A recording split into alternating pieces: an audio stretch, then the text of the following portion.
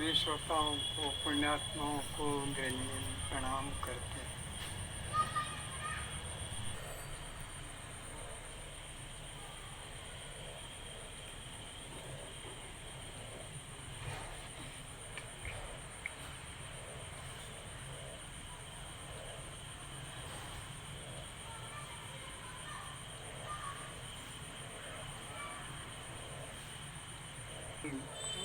मुझ में राम।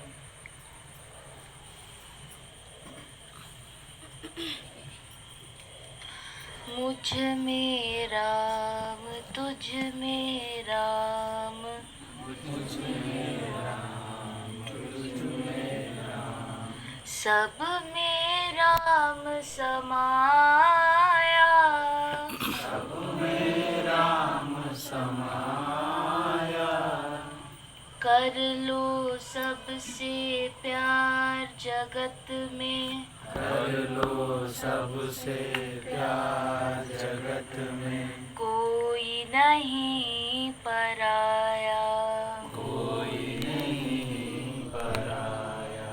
मुझ में राम, तुझ में राम, मुझ में राम, तुझ में राम, सब में राम समाया, सब में राम समाया।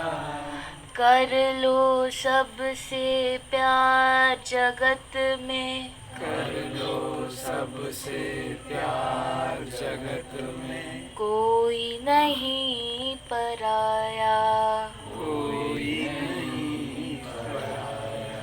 जितने हैं सब जितने हैं सब जग के प्राणी, जग के प्राणी, सब में एक ही ज्योति, सब में एक ही ज्योति।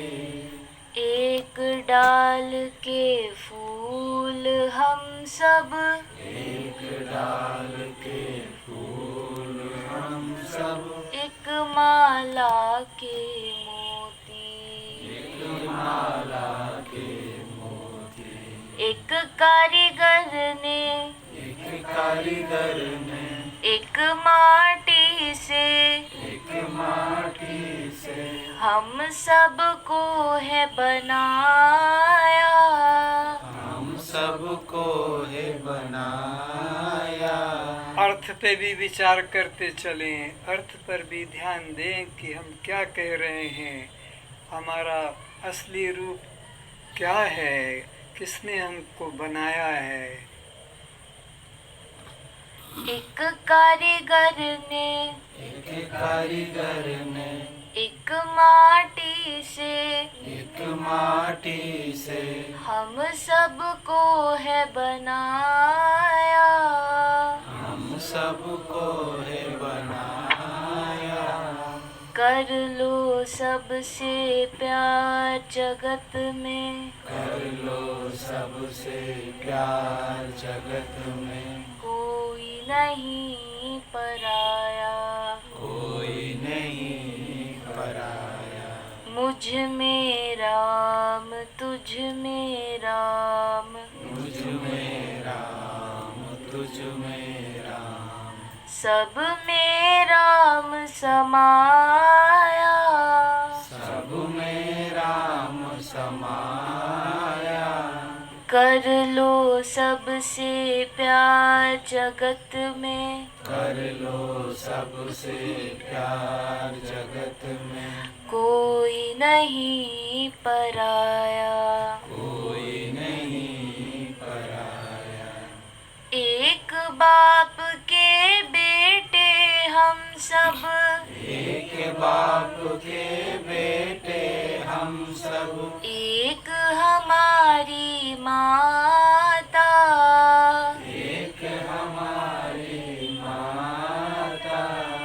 दाना पानी देने वाला, दाना पानी देने वाला, एक हमारा दाता, एक हमारा दाता।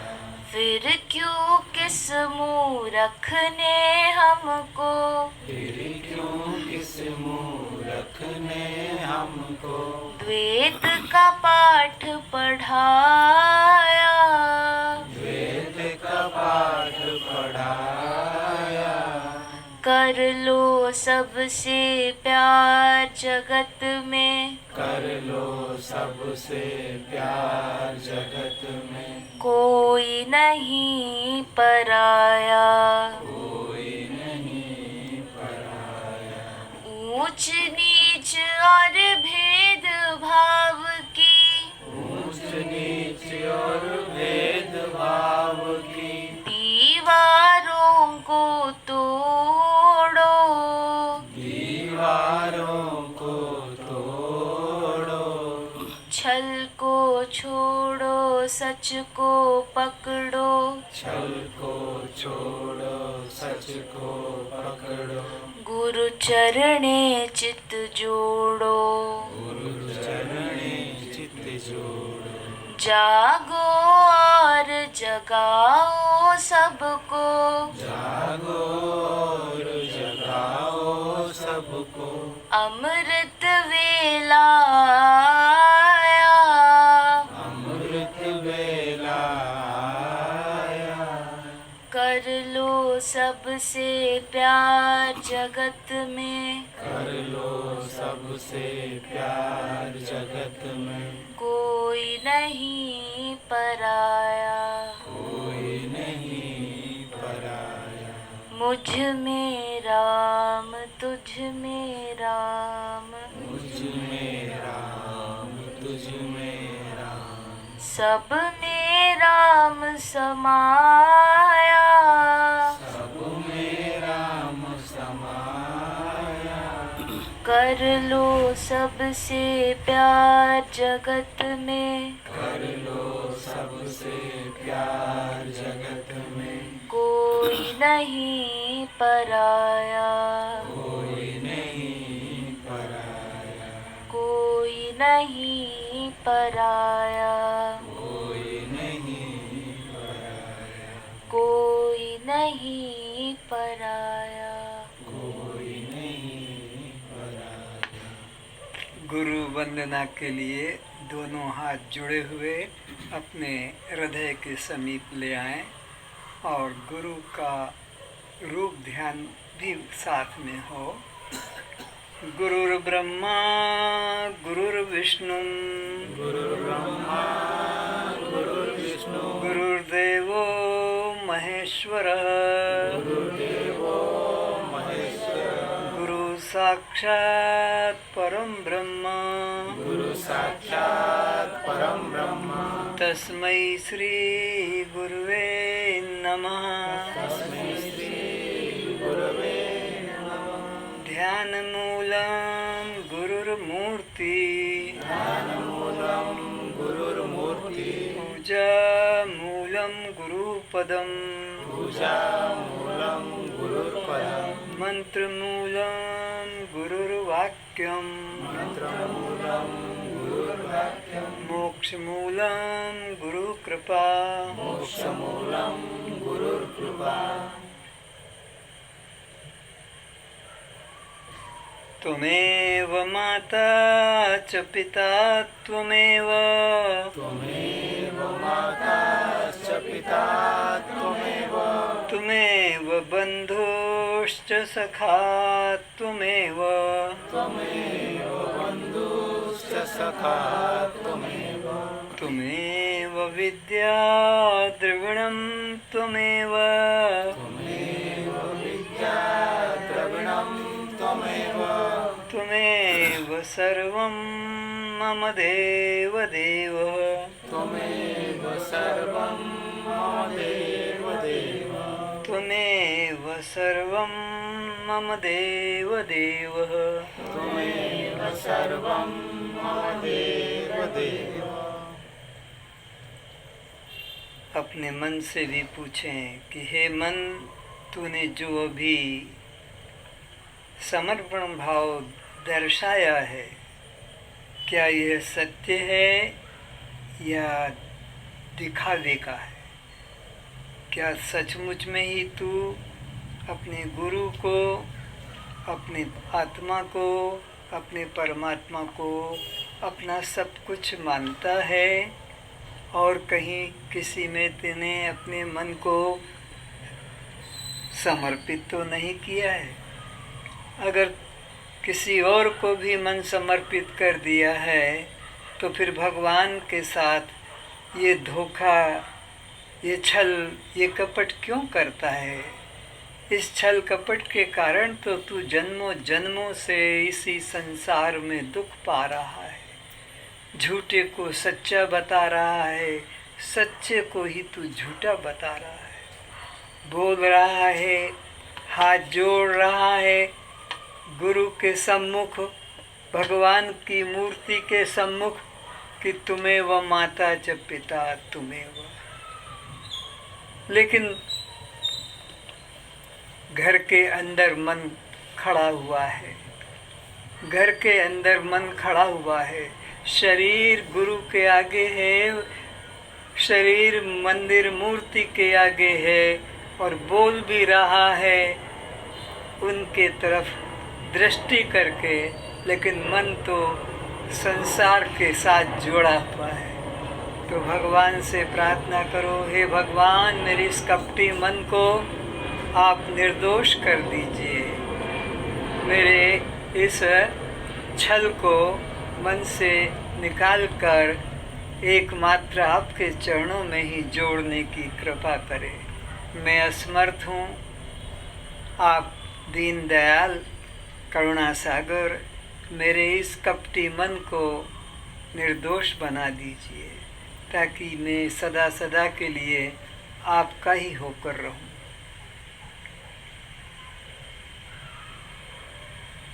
सभी लोग अपने पवित्र नेत्रों को खोलें और श्रोताओं के रूप में उपस्थित विराजित जिज्ञासुओं एवं आत्मनिष्ठों को मेरा प्रणाम। शुरू करेंगे। आदि शंकराचार्य आत्मचिंतन करने की विधि बता रहे हैं कि जो जाति, नीति, कुल, गोत्र से पृथक है, नाम, रूप, गुण, दोष से मुक्त है, देश, काल और विषय से बुद्ध नहीं है, बल्कि उन सब से परे है, केवल मात्र चेतन तत्व है। बस कहीं स्टॉपेज नहीं दिख रहा है। तो अष्टावक्र जी राजा जनक को उसके आत्मस्वरूप का बोध करा रहे हैं कि यह इस पंचभूत के कैद में, जेल में, गुफा में छुपा बैठा है, घट घट अंतर्यामी।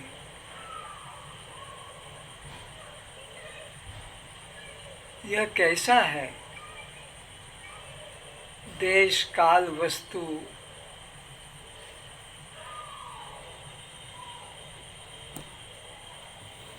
में अपरिछिन्न है,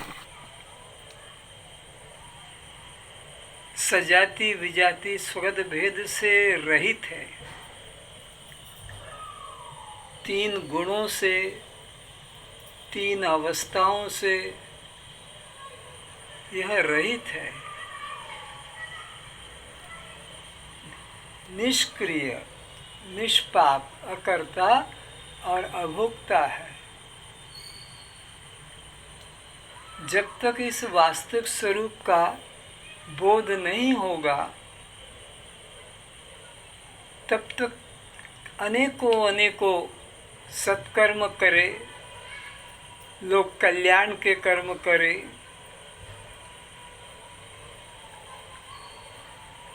दान धर्म करे, तीर्थ मंदिर करे, लेकिन शांति की प्राप्ति, कल्याण की प्राप्ति नहीं हो सकेगी। फिर से बोलो।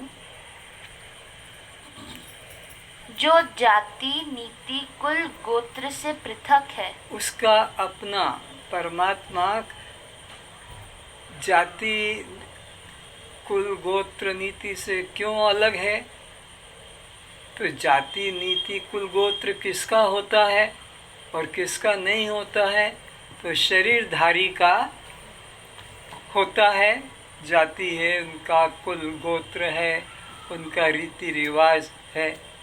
पर परमात्मा का तो कोई शरीर नहीं, निराकार है, इसलिए उनकी कोई जाति गोत्र रीति कर्म नहीं है। आगे नाम रूप गुण दोष से मुक्त है। तो नाम रूप ये किसके होते हैं? साकार वस्तु के, माया के होते हैं। नाम और रूप साकार का और माया का ही होता है। उनमें ही फिर गुण होते हैं। हर चीज में दोनों चीजें मिलती है, गुण भी और दोष भी।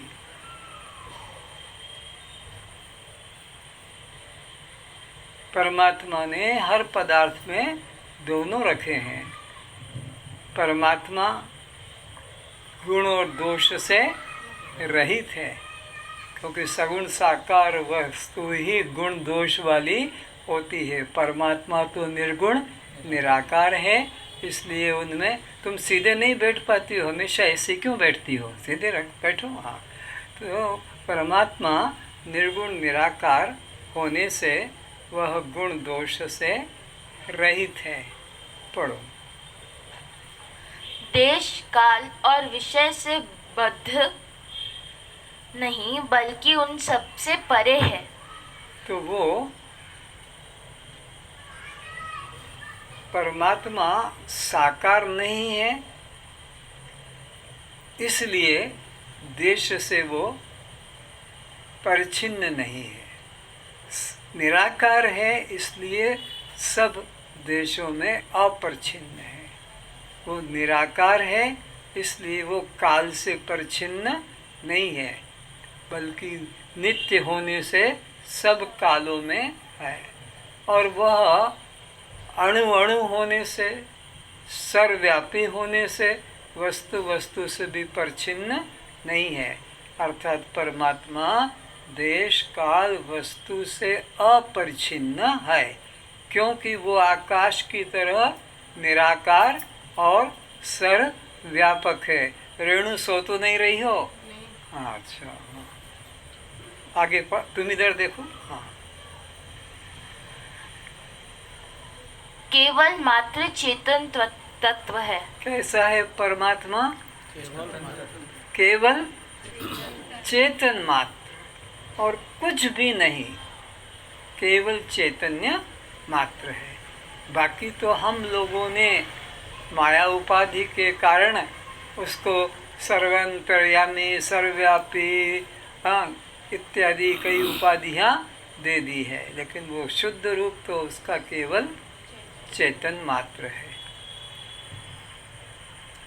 वह ब्रह्म मैं हूँ।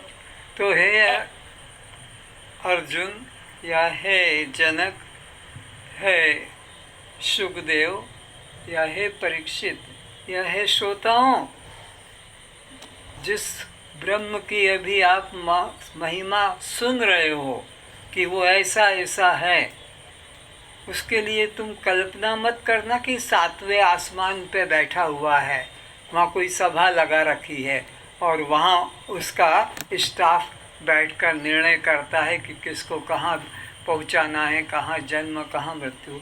ऐसा कुछ नहीं, वो तू स्वयं है। तुझसे वो भिन्न अन्य नहीं, अन्यत्र भी नहीं, क्योंकि वो अखंड है। अखंड को किसी देश में बांधा नहीं जा सकता, नित्य को किसी काल में नहीं बांधा जा सकता, और अणु अणु होने से उसको किसी रूप में भी बांधा, वो नित्य है, सब काल में है, अणु अणु है, सब रूप में है, अखंड है तो सब देशों में है। और वह तू स्वयं है। तू अपने को इतने से शरीर में मत मान। ये जो शरीर वस्त्र है, इसमें ही तू मत मान बल्कि इसमें से निकाल ले अपने को, इस पिंजड़े में से अपने को अलग कर ले और इसको ऐसा ही देख जैसे औरों के शरीर को देख रहा है। इस शरीर में जो मेरा मेरा भाव है, इसमें से अपने को निकाल ले और जैसे शरीरों को देख रहा है और वस्तुओं को देख रहा है, उसी तरह इसको देख। इतने सारे विश्व में कितने पापी हैं, कितने चोर हैं, कितने लुटेरे, डाकू, हत्यारे, व्यभिचारी हैं, क्या क्या वो रोज करते हैं, पर तू क्या उन सब में अहंकार करता है? इतना सारा विश्व में जो भी होता है, उससे तूने अपने को अलग कर लिया, तो फिर इतने से शरीर में तू क्यों घुसा बैठा है? जब सब शरीर का जो हाल होगा वो उसका हो जाएगा, सब जीवों का जो गति होगी वो इसकी हो जाएगी। उन सब जीवों की गति के लिए तू चिंता नहीं करता, उनका तू विचार नहीं करता, उसको अलग कर लिया है। अरे हाथी जैसे को तूने निकाल के अलग कर दिया है, अब पूंछ अटक गई है, पूंछ को भी निकालिए। अपने शरीर में जो मैं भाव है और संसार के प्रति हाथी भाव और अपने प्रति पूंछ भाव, जब हाथी जैसे को तूने निकाल दिया, त्याग कर दिया कि यह मैं नहीं और ये मेरा नहीं, तो क्या ये पूंछ फिर मेरी है? ये भी उसी तरह, उसी समष्टि में इसको भी तू डाल दे, उस ढेर में, उस कचरे में इसको भी डाल दे। जैसे वो सब कचरे, ये भी उसी में एक कचरा है। इस देह में तू मैं भाव मत कर, बल्कि मैं केवल चेतन सत्ता मात्र हूँ, केवल दृष्टा मात्र हूँ। बस इसी में तू अपने मन को टिका, कोई उपाधि में मत जोड़ कि मैं दृष्टा हूँ, ये भी मत जोड़, क्योंकि फिर दृश्य को खड़ा करना पड़ेगा, क्योंकि दृष्टा भी तो तभी बनेगा जब सामने कोई दृश्य होगा।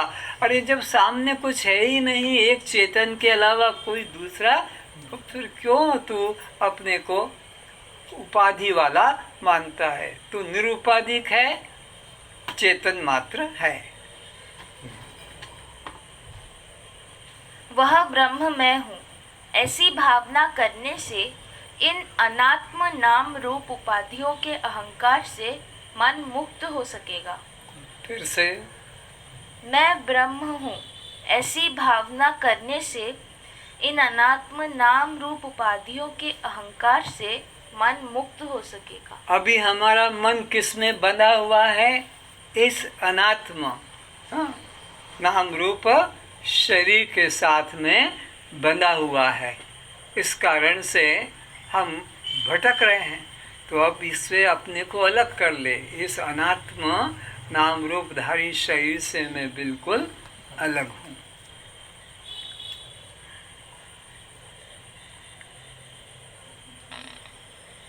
क्या लाइन भूल गई? आगे पीछे पढ़ दो तो क्या है? अरे कहीं से भी पढ़ दो ना, सब तो मन मुक्त हो सकेगा, तादात्म्यता टूट सकेगी।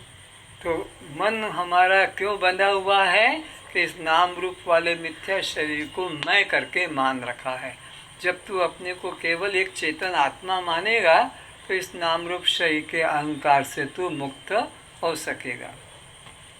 ब्रह्म ज्ञान के साधक को सर्वदा यही चिंतन करना चाहिए। तो अब आप जितने श्रोता लोग यहाँ बैठे हैं या कहीं दूर पे सुन रहे हैं, तो आपका चिंतन बस यही होना चाहिए। आप उठें तब भी यही चिंतन रहे, चलें तब भी यही चिंतन रहे, क्या कि मैं दृष्टा साक्षी चैतन्य आत्मा हूँ। खाएं तब भी यही चिंतन रहे, नहाएं पानी डालें तब भी यही चिंतन हो, कपड़ा पहनते हैं तब भी यही चिंतन हो, सो जाएं तब भी यही चिंतन हो कि मैं केवल दृष्टा साक्षी आत्मा हूँ। तो ब्रह्म जिज्ञासुओं को, आत्मनिष्ठावान को हर समय यही चिंतन करते रहना चाहिए। और अनात्म चिंतन नहीं। अनात्म चिंतन शरीर के साथ है, परिवार के साथ है, लेकिन मैं तो शरीर नहीं और मैं परिवार नहीं, मैं तो साक्षी मात्र हूँ। जैसे बिजली पूरे घर में है, वो न पंखे से अहंकार करती है, न टीवी से, न तुम्हारे घर के बल्ब से या किसी एसी से, बस वो सत्ता मात्र है। तो अपने को घर में तुम सत्ता मात्र जानो। तुम्हारे सत्ता से सब घर के लोग अपना अपना काम कर रहे हैं, पर कर्मों में तुम जुड़ो नहीं। हर समय हर क्रिया होते हुए भी अपने को उस कर्म से, क्रिया से अलग ही जानते रहो। जिसे अज्ञानतावश अन्यत्र अन्य सत्ता रूप मानकर खोज रहा था, अभी तक अज्ञानता के कारण तू कभी बद्रीनाथ जाता था, कभी केदार, कभी रामेश्वर, कभी जगन्नाथ जाता था, तो कभी उत्तरकाशी जाता था, तो कभी जेरूसलम, तो कभी मक्का, तो कभी अमरनाथ, तो कभी कैलाश। अज्ञानता के कारण उसे अन्यत्र मानकर तू खोज रहा था। पर हे आत्मन, वह परमात्मा तुझसे अन्य अभिन्न नहीं, तू स्वयं ही है। तू स्वयं ही है। अगर आँख देख रही है तो परमात्मा है, कान सुन रहा है तो परमात्मा है, अगर वाणी बोल रही है तो परमात्मा है, अगर हाथ से कुछ पकड़ा छोड़ा जा रहा है तो परमात्मा है, पैरों से चला जा रहा है तो परमात्मा है, भोजन कर रहा है तो परमात्मा है, पानी पी रहा है तो परमात्मा है, कपड़े पहन रहा है तो परमात्मा है, मल त्याग भी कर रहा है तो परमात्मा है, मूत्र त्याग कर रहा है तो भी परमात्मा है, सेक्स संबंध कर रहा है, मैथुन हो रहा है तब भी परमात्मा है। क्योंकि परमात्मा की सत्ता के बिना एक पत्ता भी नहीं हिलता है, किंचित भी उसके सत्ता के बिना जीवित नहीं। तो इतनी सब क्रिया हो रही है, ये केवल एकमात्र परमात्मा की उपस्थिति का ही प्रमाण है, और कोई प्रमाण की जरूरत नहीं कि वो मुरली वाला होगा तो मानूंगा, कि धनुष वाला होगा तो मानूंगा, या त्रिशूल वाला होगा। ये कोई भी वाला वाली की जरूरत नहीं, तो स्वयं ही सब धर्म वाला है। तेरे अलावा और कोई दूसरा सत्य, ऐसी निष्ठा करो। उदेति भवतो विश्वं वारिधेरिव बुद्बुदः इति ज्ञात्वैकमात्मानं एवमेव लयं व्रज। जैसे समुद्र में अनेक तरंगे, फेन, बुदबुद होते हैं, फिर समुद्र में ही लय हो जाते हैं। बस समुद्र के दृष्टांत से समझा रहे हैं कि समुद्र में एक नहीं, अनेक नहीं, अनंत समुद्र में लहरें उठती है, बैठती है, झाग फैन उठता है, लेकिन वे सब के सब उसी में उत्पन्न होकर उसी में लीन हो जाते हैं। उनको कहीं बाहर जाना नहीं पड़ता। जैसे मछली का जन्म भी उसी में है, जीवन भी उसी में है, और लीन होना भी उसी में है। उसी में वे मल मूत्र का त्याग भी करते हैं, उसी में संतान पैदा भी करते हैं, और उसी में वो अपना पान करते हैं। तो इसी प्रकार एक परमात्मा ही यहाँ सब रूपों में कैसा दिख रहा है। जैसे जल में लहरें, समुद्र में लहरें उठती है और उसी में लीन होती है। ये सारा संसार नाम रूप उसी से उत्पन्न होता है, उसी में स्थित है और उसी में अपना लीन हो जाता है। उससे भिन्न यहाँ किंचित भी नहीं। अथवा सपने में स्वप्न दृष्टा से सब उत्पन्न होता है, और स्वप्न दृष्टा से ही वो स्वप्न नगर जीवित रहता है, और स्वप्न टूटने पर वो सब स्वप्न नगर और वहाँ के व्यक्ति उसी में लीन हो जाते हैं। कोई बाहर से न आता है न बाहर जाता है। तो स्वप्न दृष्टा से जैसे स्वप्न संसार पैदा होकर उसी से रहकर उसी में लीन होता है, इसी प्रकार यहाँ जागृत का जो दृष्टा है उसी से ये सब उत्पन्न होता है, उसी से जीवित रहता है और उसी में लीन हो जाता है। सुषुप्ति में रोज इसी जीवात्मा के द्वारा यह सारी सृष्टि लीन हो जाती है और सुबह उठते ही सृष्टि उत्पन्न हो जाती है। तो जैसे यह स्वप्न दृष्टा से संसार अलग नहीं है, ऐसे तुझसे भी यह सारा नाम रूप संसार अलग नहीं, तू स्वयं ही दृष्टा है, तू स्वयं ही साक्षी है। तेरे अलावा कोई अन्य दृष्टा, दो दृष्टा नहीं होते, एक ही दृष्टा है, एक ही चेतन है, एक ही शिव है, एक ही आत्मा है और वह तू है। वैसे ही यह भिन्न भिन्न आकार वाला जो जगत दिखाई पड़ता है, यह आत्मा से भिन्न नहीं है। जैसे एक कुम्हार, आपने देखा होगा, वो माठिया भी बनाता है, सुराही बना देता है, छोटा बड़ा आकार के घड़े बनाता है और वह ही ईंटा भी बना देता है, खपरा भी बनाता है और वही गणेश भी बना देता है, वही दुर्गा भी बना देता है, वही सरस्वती भी बना देता है। और पानी गिर गया, भट्टी में पका नहीं था, फिर मिट्टी में मिट्टी हो गया, पहले भी मिट्टी था, मिट्टी को ही उसने पिंड बनाया, पिंड से आकार दे दिए अनेकों प्रकार के, और अभी भट्टी पकाना था, कच्चा ही था, फिर मिट्टी में मिल गया। तो मिट्टी से बने हुए पदार्थ जैसे मिट्टी में मिल जाते हैं, मूल धातु तो एक मिट्टी है।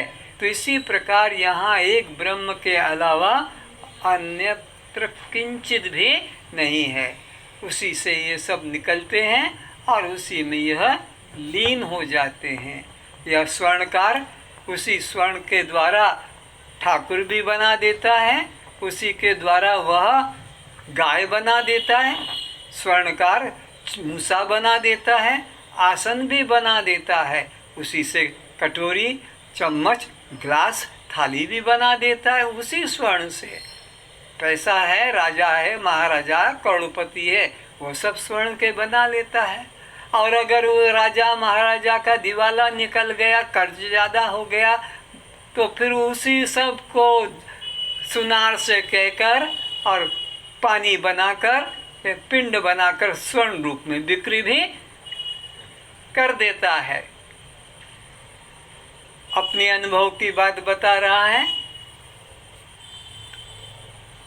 जो इसके गुरु रूप में कहो कि पिता माता के रूप में कहो, पालनकर्ता के रूप में शांताबेन जो थे, तो चांदी के भगवान, सोने की मूर्ति, चांदी के बर्तन और भी सब को बड़ा खानदान उच्च कोटि का था, धनाढ्य करोड़पति थे। तो ये सब पूजा चलती थी। जब इनका और उनसे शास्त्रार्थ चर्चा होती थी, जिसको इसने अपने जीवन ज्योति भाग 1 और 2 में भी लिखा है, कैसे वो परिवर्तन आया कि वो जो साकार पूजा करते थे, रोज पहले ठाकुर को भोग लगाकर और अपना भोग लेते थे, तो फिर जब उनको विवेक जग गया तो उन्होंने उस सुनार को कहा कि भाई इनको तू अब गला दे और इनका राड बनाकर, पिंड बनाकर दे दे। 1 महीना हो गया, उस सुनार की हिम्मत नहीं चली कि उनको गला दे। बोले इसका तुम बदले में मेरे से चांदी ले लो, सोना ले लो, पर इनको मैं नहीं गलाऊंगा। बोले मेरे को चांदी सोने की ज़रूरत नहीं है, मेरे को इन्हीं को गलाना है और वितरण करना है। फिर उसको कहा, मान गया और उसके फिर राड बना लिए। तो अपने लड़कियों को जो बॉम्बे में है उनको दे दिया, उनके और किसी को दे दिया। तो इतना अज्ञानी लोग उसको भगवान मानते हैं फिर लगता है कि ये तो पाप लग जाएगा इसको अगर हम तोड़ देंगे तो। लेकिन ज्ञानी की दृष्टि में वो सोना ही है, कुमार की दृष्टि में वो मिट्टी ही है, वो दूसरा नहीं। या हलवाई की दृष्टि में चाहे वो हाथी घोड़ा बनाए कि गाय कुत्ता बना दे, वो चीनी के ही सब खिलौने हैं। तो ज्ञानी की दृष्टि में यहाँ एक ब्रह्म के अलावा दूसरा कुछ भी नहीं है। तो जहाँ भी तुम्हारा हाथ रखा, जहाँ भी पैर रखा, जहाँ भी दृष्टि जाती है, एक परमात्मा को ही स्पर्श करती है। यहाँ दूसरा है ही नहीं। जैसे यहाँ तुम सब बैठे हो, कोई भी शर्ट को छू नहीं सकता, कोई भी साड़ी का स्पर्श नहीं कर सकता। यहाँ बैठे हुए हो कि दरी का स्पर्श नहीं कर सकते हो। स्पर्श करोगे तो किसका स्पर्श करोगे? सूत का स्पर्श होगा। साड़ी तो है ही नहीं, शर्ट तो है नहीं, पैंट तो है नहीं, चुन्नी तो है ही नहीं, तुमने नाम रख दिया है। एक ही सूत है, एक ही सूत है। लेकिन अगर वो मुर्दे पे ढक दिया तो कफन कहलाता है, अगर उसको सर पे बांध लिया तो वही कपड़ा पगड़ी कहलाती है, अगर उसको कंधे पे डाल लिया तो गमछा कहलाता है, ऊपर डाल लिया तो चादर कहलाती है, नीचे बिछा दिया तो उसको और कुछ नाम, दरी टांग दिया, पर्दा कहलाता है। लेकिन है तो एक सूत के अलावा अन्य नहीं।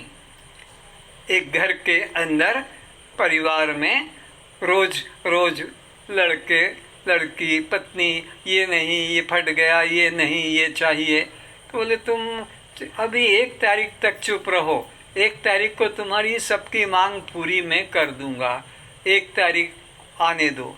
1 तारीख हुई, तनख्वाह मिली, उसने 35 मीटर कपड़ा लेकर आ गया और बिठा दिया अनीता को कि भाई जिस जिसकी जो जो मांग है अब तुम इसको पूरी कर दो।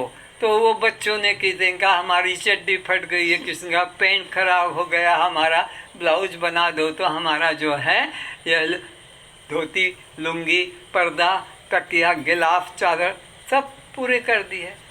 तो बाप की दृष्टि में तो एक 35 मीटर का कपड़ा, लेकिन वो सब अपने अपने उपयोग के नाम दे दिए, लेकिन वस्तु तो केवल कपड़ा ही था। तो ऐसे ही यहाँ पर एक ब्रह्म के अलावा दूसरा कुछ नहीं, पर तुमने 84 लाख प्रकार के कपड़े बना दिए। ये कपड़े ही तो हैं, हाथी, घोड़ा, कुत्ता, बिल्ली, पशु, पक्षी, ये सब कपड़े हैं। और गीता में तो कपड़ा ही से कहा समझाया, वासांसी जीर्णानि यथो विहाय नवानि घृणाति नरो प्राणी तथा शयनानि जीर्णानि अन्यानि संयाति नवानि देहि।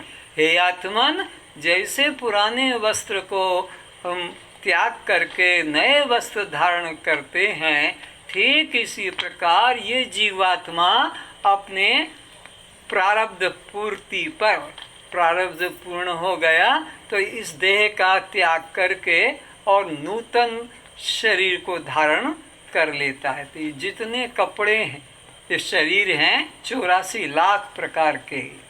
जीवात्मा 84 लाख प्रकार की नहीं है, आत्मा 84 लाख प्रकार का नहीं है, परमात्मा 84 लाख प्रकार का नहीं है। ये कपड़ों का ही यह ताना बाना है। तो कपड़े सब अलग अलग हैं, लेकिन चेतन वस्तु तो एक परमात्मा है।